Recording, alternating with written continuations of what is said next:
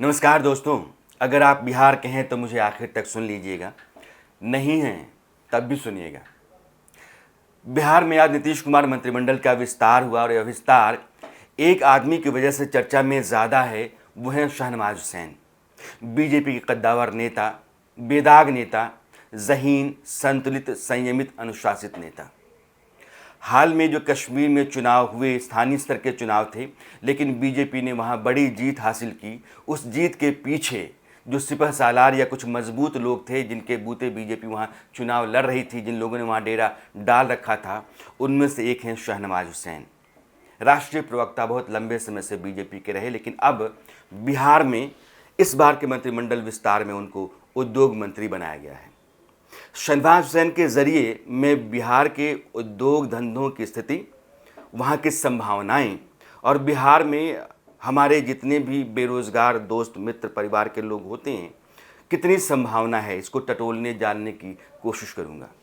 बिहार के होने के नाते एक तकलीफ़ हमेशा रहती है कि हमारे यहाँ के लोग बाहर जा कर के नौकरी करते हैं, रोज़गार करते हैं, देह पीटते हैं और घर पालते हैं। पढ़ाई के नाम पर भी ऐसा ही है। लेकिन इस बार जब लॉकडाउन हुआ तो बिहार के लोग सबसे ज़्यादा बाहर से अपने राज्य को लौट रहे थे। 20 से 30 लाख लोग कहे गए, एक अनुमान है कि 22 लाख लोग। ये सारे लोग बिहार के भीतर हैं और अपने परिवार को चलाने के लिए कुछ ना कुछ करते हैं। कुछ लोग सब्जी बेचते हैं, कुछ लोग ठेले पर मूंगफली बेचते हैं, कुछ लोगों ने खेत को लीज पर लेकर के खेती करनी शुरू कर दी है। लेकिन उनको ये लगता है कि हमारे यहाँ सरकार की तरफ से इतने साल में कुछ किया ही नहीं गया कि रोज़गार पैदा हो, मैं अपने यहाँ रह करके अपने घर में काम करके अपना परिवार चला सकूं, ऐसी स्थिति बने। शहनवाज हुसैन के पास एक मौका है कि बिहार की जो मूल समस्या यह है, इसका वो निदान कर दें। जिस बेरोज़गारी को लेकर के वहाँ का नौजवान लगातार जूझता रहता है, उसको रास्ता दे दें। और बिहार जो उद्योग धंधों के लिहाज से लचर, कमज़ोर राज्य माना जाता है, उसको मजबूती कर दे दें, ताकत दे दें।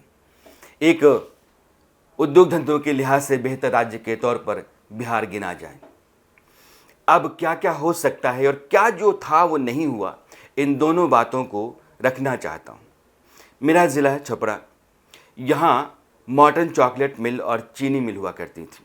इन दोनों मिलों में लगभग 1000 लोग काम करते थे, लेकिन 90 के दशक में ये दोनों मिलें बंद हो गईं, आज तक नहीं चली। बेगूसराय जो कभी बिहार में औद्योगिक राजधानी कहा जाता था, वहाँ बहुत सारे मिलें हैं, लेकिन आज भी जो खाद का कारखाना, उर्वरक का कारखाना बंद है तो बंद है। मुंगेर में आईटीसी की फैक्ट्रीज हुआ करती थी, गन फैक्ट्रीज। कभी 39 थी, आज की तारीख में 9 बची हैं। और मुंगेर आज इसलिए जाना जाता है कि वो जो गैर कानूनी असलहे बनते हैं, कट्टा बनता है, उसकी बहुत बड़ी जगह है मुंगेर, जहां बहुत सारी इस तरह की फैक्ट्रीज हैं इल्लीगल। भागलपुर पड़ोस में सिल्क राजधानी कहा जाता, सिल्क सिटी कहा जाता था। तसर के लिए पूरी दुनिया, हिंदुस्तान में उसका नाम था और वहाँ 10,000 के आसपास हैंडलूम हुआ करते थे। अब तादाद बहुत कम बची है। वहाँ बहुत सारे लोगों को काम मिलता था, अब काम नहीं मिलता है। डालमिया नगर, सासाराम में डालमिया नगर एक ऐसी सिटी थी जहां सीमेंट और कागज़ के कारखाने हुआ करते थे और उस पूरी सिटी में हज़ारों हजार लोगों का परिवार रहता था, क्योंकि वहाँ वो लोग काम करते थे।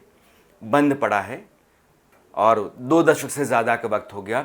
अब वहाँ धूल उड़ती है और बंजर सा इलाका हो गया है। बिहार में नीतीश कुमार के आने के बाद उद्योग धंधों के पनपने की गुंजाइश बनी या उम्मीद जगी।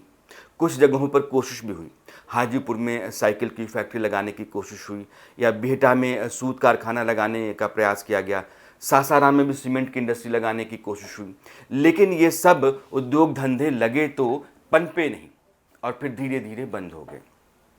जो पहले कल कारखाने बंद हुए, उनका कारण ये था कि वहाँ यूनियनें बहुत मजबूत होती चली गईं, जो लोग काम करते थे उनकी, और फिर मालिकों पर या फैक्ट्री पर इतना दबाव होने लगा कि फैक्ट्री घाटे में जाने लगी और धीरे धीरे उसने अपनी दुकान समेट ली। अब जो लगी फैक्ट्रीज नीतीश कुमार की सरकार के 2005 में आने के बाद, और वो भी बंद होती गईं, इसका कारण सिर्फ ये था कि सरकार के पास एक औद्योगिक नीति नहीं थी। जिन लोगों के पास यह महकमा था, उन लोगों के पास अपना नज़रिया ही नहीं था। वो ऐसे लोग थे जो इतने ज़रूरी और बड़े महकमे को चलाने संभालने और बिहार के विकास में उसको रीढ़ बनाने का काम कर सकें, ऐसा नहीं थे। लेकिन शहनवाज हुसैन के साथ ये उम्मीद आप जोड़ सकते हैं, बल्कि आप भरोसा कर सकते हैं। बिहार में औद्योगिक विकास की संभावना बेइंतहा बहुत है और मुझे लगता है कि इसको समझने और वहाँ की औद्योगिक नीति को बेहतर करने की ज़रूरत है। बिहार के मुख्यमंत्री इस बार के चुनावों के दौरान ये कह रहे थे कि बिहार में औद्योगिक विकास इसलिए नहीं हुआ क्योंकि यह महाराष्ट्र और गुजरात की तरह समंदर किनारे नहीं है। फिर बाद में लोगों ने सवाल किया कि हरियाणा, पंजाब, दिल्ली, मध्य प्रदेश के बारे में आपकी क्या राय है। ये तर्क नहीं था बल्कि कुतर्क था। और बिहार में जितने भी कल कारखाने आज की तारीख में हैं, उनको सरकार की तरफ से समर्थन मिले, उनको सरकारी संरक्षण मिले और वो वहाँ पनपें, इस तरह की मंशा अब भी सरकार के भीतर नहीं दिखती है। अभी आप वेबसाइट मैंने खोला बिहार के औद्योगिक विभाग के महकमे का, और वेबसाइट लगभग अपाहिज है, बंद है।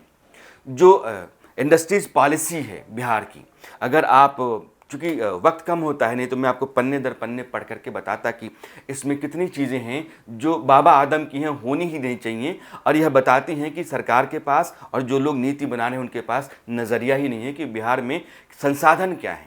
उन संसाधनों के आधार पर यहाँ जो कल कारखाने, उद्योग धंधे पनप सकते हैं वो कौन से हो सकते हैं। कुछ का कुछ चलता रहता है। इस कुछ के कुछ ने ही बिहार को बिगाड़ा है और बिहार के नौजवानों को बिना काम का कर रखा है। एक स्टार्टअप है, बिहार के कम से कम 25 नौजवानों को मैं जानता हूं जिनके स्टार्टअप को देश के स्तर पर और दुनिया के स्तर पर जाना जाता है। कुछ लोग तो ऐसे हैं जिनको प्रधानमंत्री ने अपनी तरफ से शाबाशी दी है और उनको प्रोत्साहन भी मिला है केंद्र सरकार की तरफ से।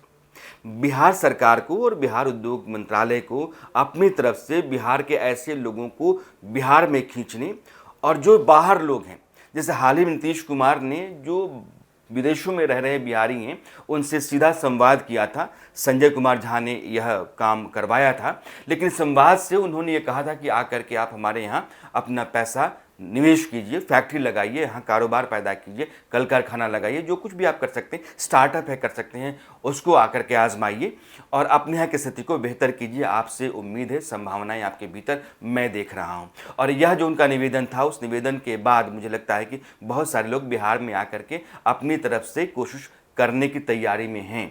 लेकिन स्टार्टअप ऐसा है कि बिहार के, मैं फिर कहता हूँ, कई नौजवानों को मैं जानता हूँ जिन्होंने बिहार के बाहर अपने आप को आजमाया और उन्होंने अपना एक मकाम बनाया, इसलिए कि बिहार में उनको पूछ परख नहीं मिली, बिहार की सरकार से उनको समर्थन नहीं मिला, बिहार की उद्योग नीति जो है उसने उनको जगह नहीं दी, और बिहार का जो प्रशासनिक ढांचा है उसने बार बार उनको बाहर धकेला।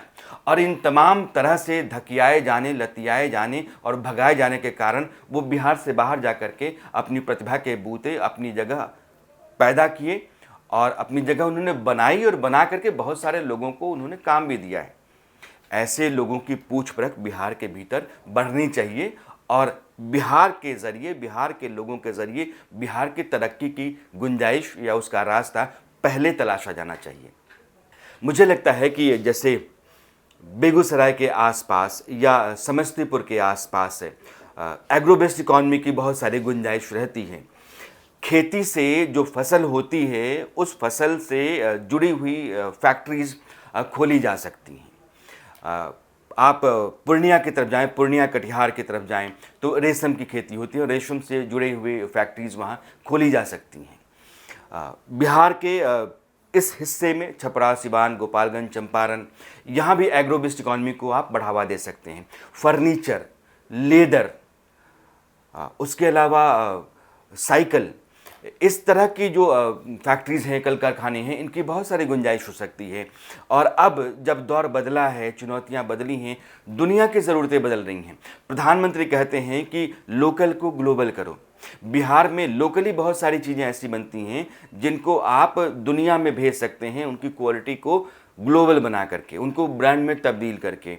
अब मेहसी में बटन बनता है, उस बटन में के कारखानों में तकनीक बेहतर करके वहाँ के लोगों का स्किल डेवलप करके आप उसको ग्लोबल बना सकते हैं। और बिहार में ऐसा बहुत सारे ज़िले हैं जहाँ ऐसा बहुत कुछ होता है, लेकिन हमने उनको तरजीह नहीं दी है। तो हर ज़िले में कोई ना कोई खूबी है, उस खूबी को पहचानने और उसके आधार पर वहाँ कल कारखाना लगाने और लोगों को स्किल करके रोज़गार कारोबार देने की ज़रूरत है। तो मुझे लगता है कि बिहार में सिर्फ एग्रो बेस्ड इकॉनमी नहीं, बल्कि जो नए तरीके की ज़रूरतें हैं, उन ज़रूरतों के लिहाज से नए कल कारखाने, और जिन कल कारखानों का ज़िक्र मैं कर रहा था, लेदर, साइकिल, फर्नीचर, वो सब बहुत ज़रूरी हैं। और इनके ज़रिए बिहार में रोज़गार पैदा किया जा सकता है, और रोज़गार पैदा होगा तो वहाँ का नौजवान वहीं रहेगा और फिर बिहार की तरक्की में उसकी अपनी एक भूमिका होगी। शहनवाज हुसैन के पास वो महकमा है, वो जिम्मेदारी है जिसके ज़रिए बिहार की समस्या को, मैं फिर से कहता हूँ कि बिहार की पुरानी जंग लग चुकी समस्या का निदान कर सकते हैं और अपने लिए एक ऐसी संभावना या एक ऐसी भूमिका तलाश सकते हैं जो आगे जा कर के उनको बिहार की कमान उनके हाथ में सौंप सकती है। इसलिए शहनवाज हुसैन और उनके मंत्रालय को आप उम्मीद से, भरोसे से देख सकते हैं, और बिहार में आने वाले समय में वहाँ की तस्वीर रोज़गार के लिहाज से, उद्योग धंधों के लिहाज से बदले, इस बात की उम्मीद भी आप कर सकते हैं। तो आज के लिए बस इतना ही। मेरी आपकी मुलाकात कल फिर होगी एक नए सवाल के साथ, एक नए मुद्दे के साथ। तब तक के लिए नमस्कार।